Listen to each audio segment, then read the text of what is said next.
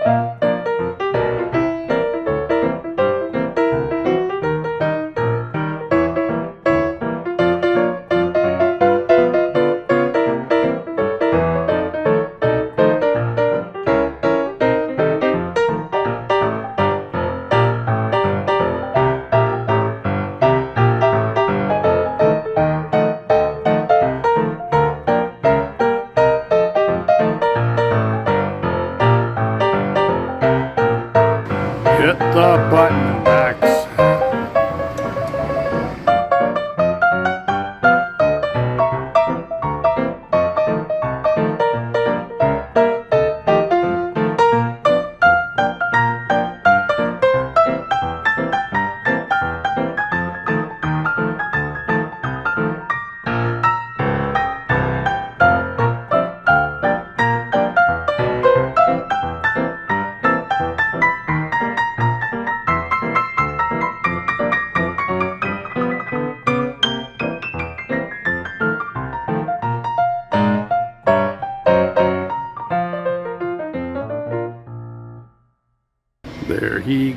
There goes the racer, he's a demon on wheels.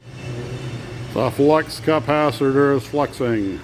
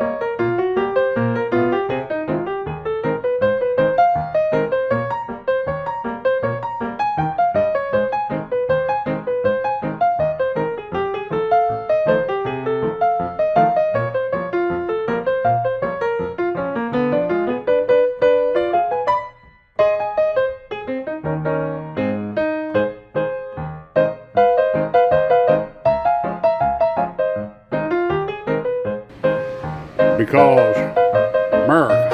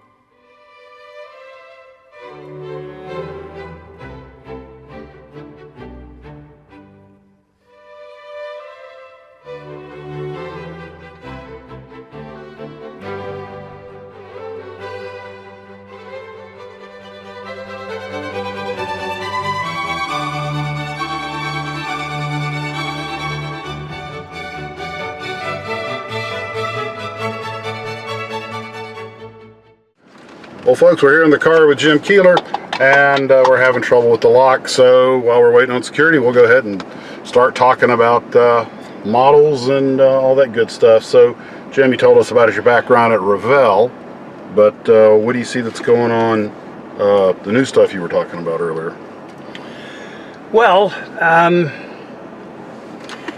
I got Pete at Atlantis, Pete and Rick there, had me design 4 or 5 kits for them a year ago, and the last of those kits is being shipped right now, so it's going out.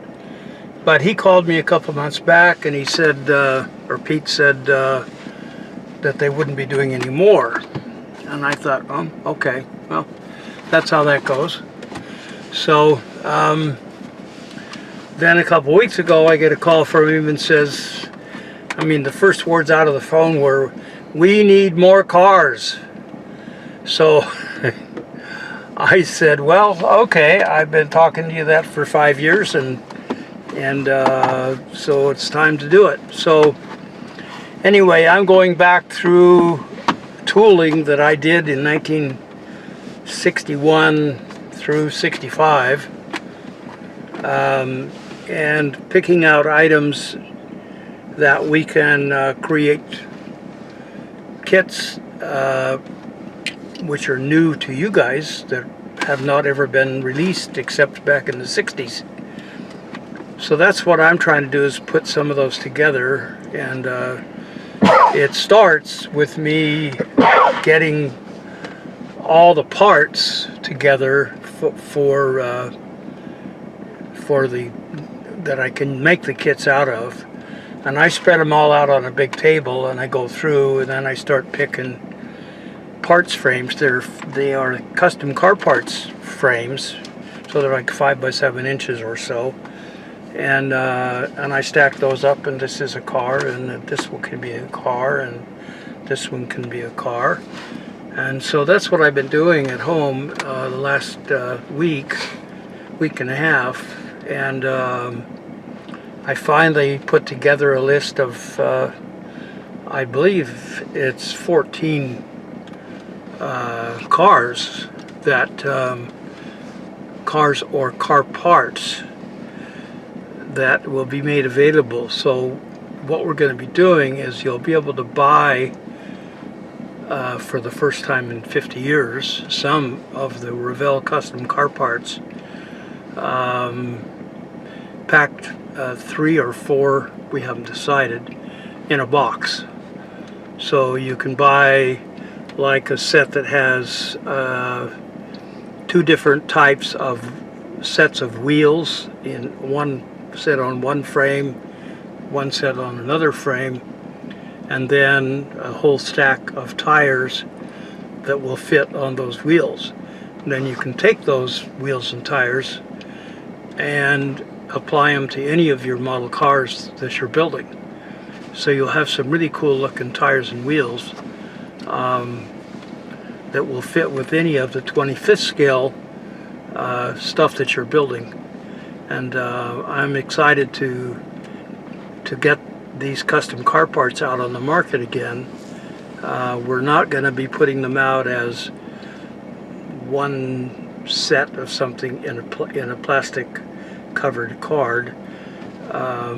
There will be 3 or 4 items in a box, and the box will be about 1.5 inches or 3 inches high or something, and you'll have the goodies in there, so you'll be able to see them on the shelf along with kits.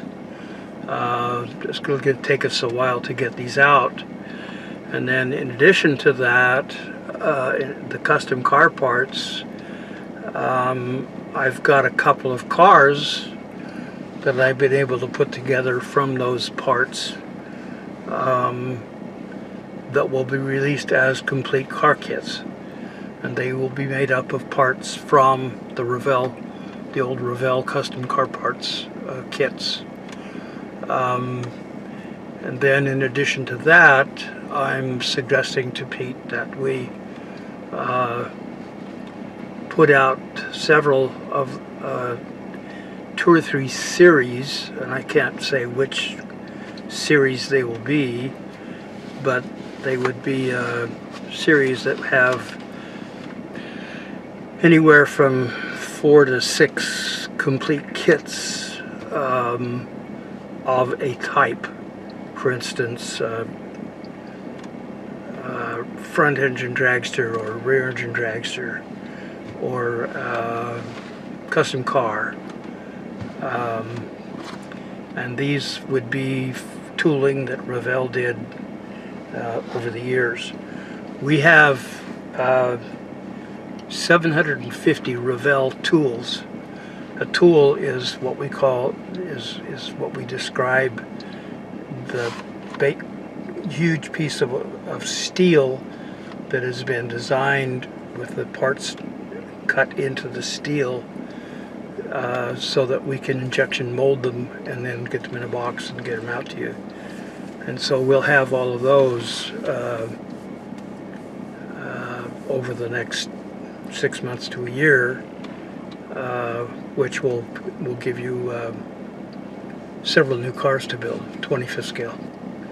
And we're very excited about that. I'm also hoping that we'll be able to get distribution in Hobby Lobby. We have some kits in Hobby Lobby now, but we don't have any cars. So that should be an exciting thing for you guys, both older and young, to take a look at them. The detail on these parts is quite remarkable. On the engines, you can actually see the crankshaft, you can see the pistons, you can build the engine so you can remove the cylinder heads and see the inside of the cylinders with the valves that help run the engine. So they're really highly detailed parts that no one has ever done except Revell back in the 60s. I was 18 years old when they hired me. I started work there a week after I turned 19, and they shortly thereafter let go of the other R&D guy that was there, and I guess they kind of put me in charge and said, and basically design kits that you want to see built.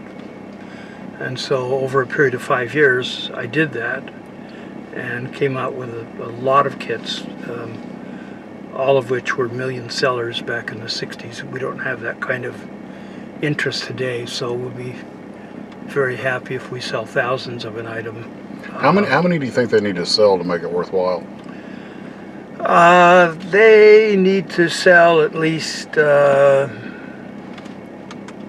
in my book, around 5,000 now kits as a minimum. Now you said that when you went to Revell, you also had a job offer from AMT.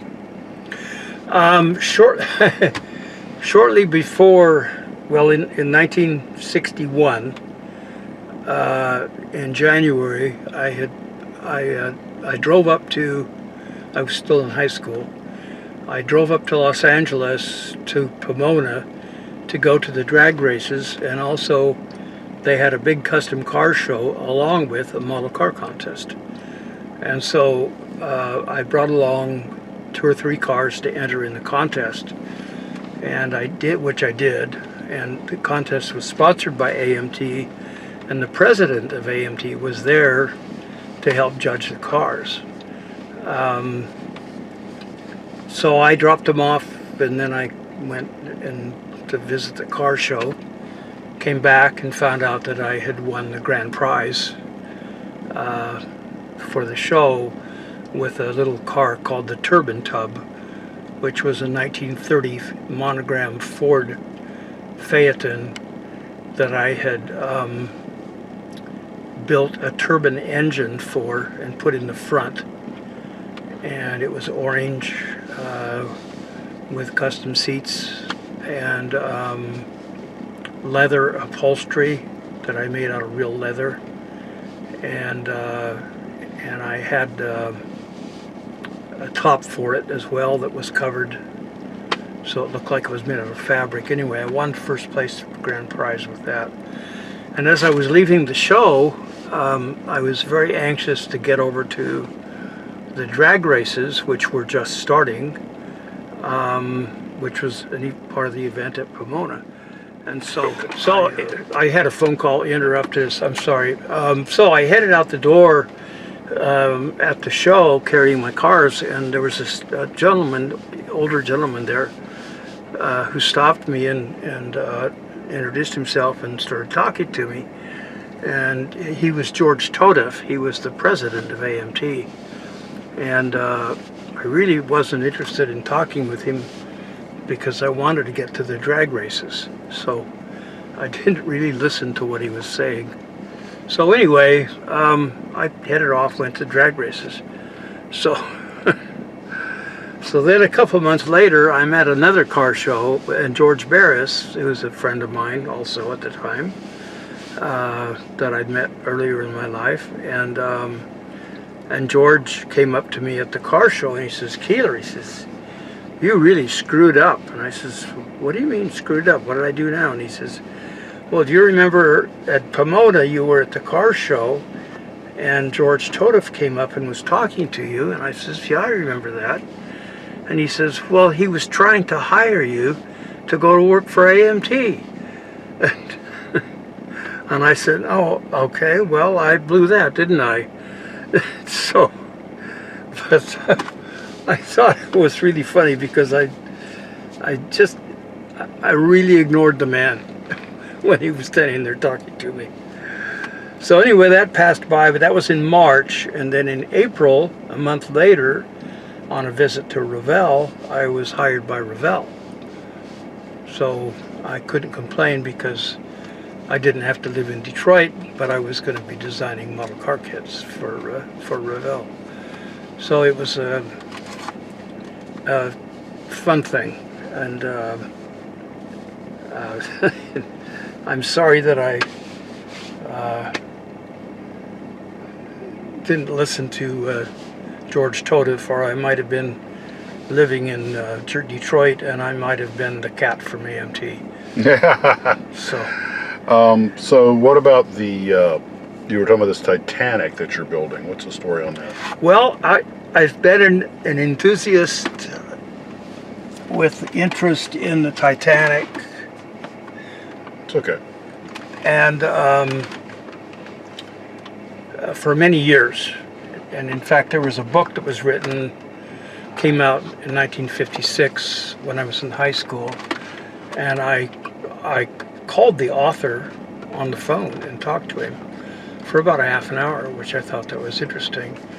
And then when the ship was discovered, I called the people at Woods Hole who had discovered the ship and talked to them.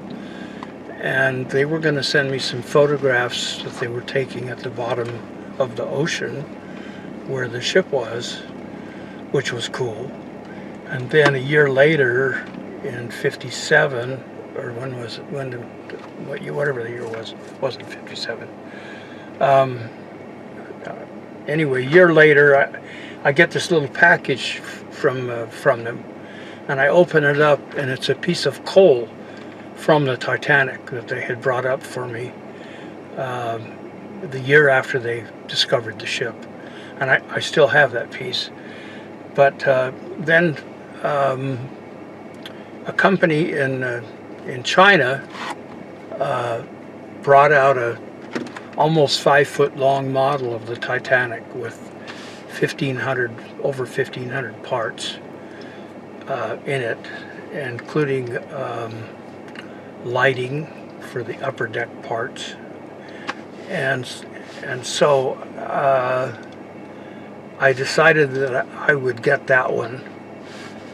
And Pete at the company back east, What, Atlantis? at Atlantis, he said, if you ever need a discount on a price on a model of some kind, why, call me and I'll see what I can arrange. So I called him on the phone and I told him, I says, it's a $480 kit, that maybe you could get a discount for me on it, which would be greatly appreciated. And he says, give me your address and your mailing address and stuff. So I did. Well, 2 weeks later, this monster box came, over 6 feet tall, and 1.5 feet square, and it was the Titanic, and he had gotten it for me for free. So I spent, I started working on it, and I decided what I would do is I would work on it every single day, at least at the minimum 5 or 10 minutes, until it was finished. And so I started working on it in October, and I worked on it, or September rather, and I worked on September, October, November, and December, and I stopped shortly before Christmas to get our Christmas decorations and all that kind of stuff put up. But the model was coming along really well. I installed all the lighting that was included, which was a $220 option, and I got it all installed, and none of it worked. It just didn't work at all. And so eventually I ripped it all out, and I replaced it with wiring that I purchased, a big long LED strip that I'm going to put into the ship. And everything on the decks right now is all finished, and the exterior of the hull is 95% finished. And right now I'm ready to start doing the lighting. Once the lighting is installed, then I can install the decks and go ahead and start finishing the ship, which I think will take me another probably 4 to 6 weeks. So now you're back to working on your Titanic. So now I'm going to get back to work on the Titanic. I finished up this stuff for the guys back east already, and all the paperwork is done, so if they like what I've sent, then I'm in good shape. If not, I'll have to do some more work on it. Haven't heard back from them yet. That's on the new cars? Yeah, so but hopefully we'll have some big surprises for you over the next 6 months with stuff that's not been out for years, and kits that are going for $300 and $400, $500 on the internet are going to be able to be purchased for $40, $50 instead of $500 or $600. And I do love it when they bring back the classics. So no guilt about building them.